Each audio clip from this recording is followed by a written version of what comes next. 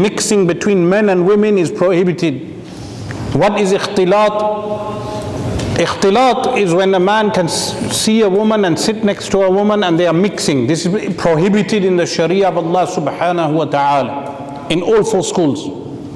But they end up having ikhtilat in the gatherings and even in the mawlids.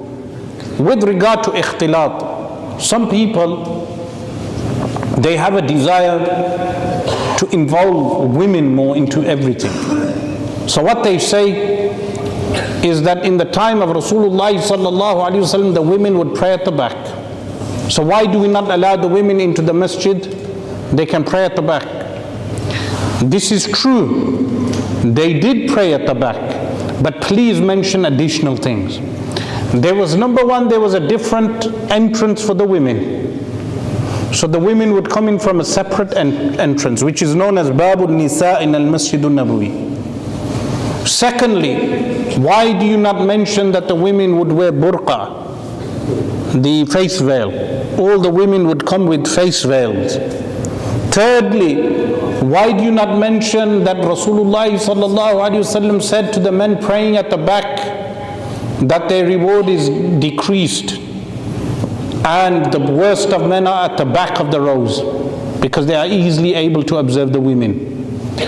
Fourthly, why do you not mention that Rasulullah sallallahu alaihi wasallam encouraged the women to pray at home? He said you have the reward of jama'ah at home, and when you attend the masjid you only have 1 reward.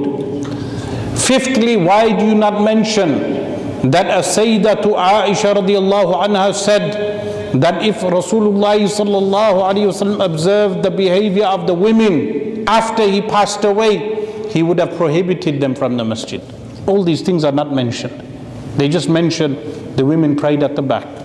And sixthly, why do you not mention today that the women, they do not wear the burqa, they wear makeup, and they come out with makeup, and they dress in attractive ways, tight clothing? All of this is bid'ah in the Sharia of Allah subhanahu wa ta'ala, not prohibited.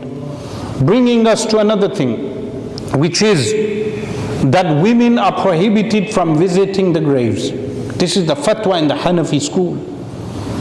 And it is the fatwa in the other schools when it leads to fitna, that the women, that they visit the shrines. All of this is prohibited in the Sharia of Allah subhanahu wa ta'ala. But today, we have Sufi guides that permit women to kiss their hands. We have Sufi guides that will shake hands with women. All of that is prohibited. They say the Shaykh has no shahwa. If the Shaykh had no shahwa, you are insulting him as a man. Having shahwa for women is a praise for a man, not dispraise. Because that is how Allah has created a man, that a man is permitted to marry 1 wife or 2 wives or 3 wives or 4 wives. But instead of marrying 2 or 3 or 4, what are these people doing?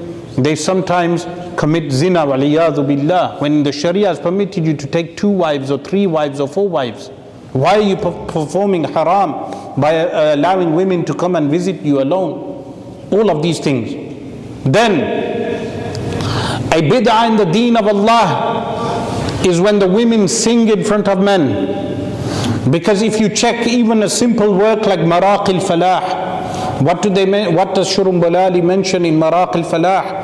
That the sawtul mar'ati awrah, the voice of a woman is awrah. He mentions this is why the adhan is prohibited for a woman, because when you do adhan you beautify the voice. Beautifying the voice, like singing or doing adhan or doing tilawatul Quran in front of men, all of this is what is meant by sawtul mar'ati awrah.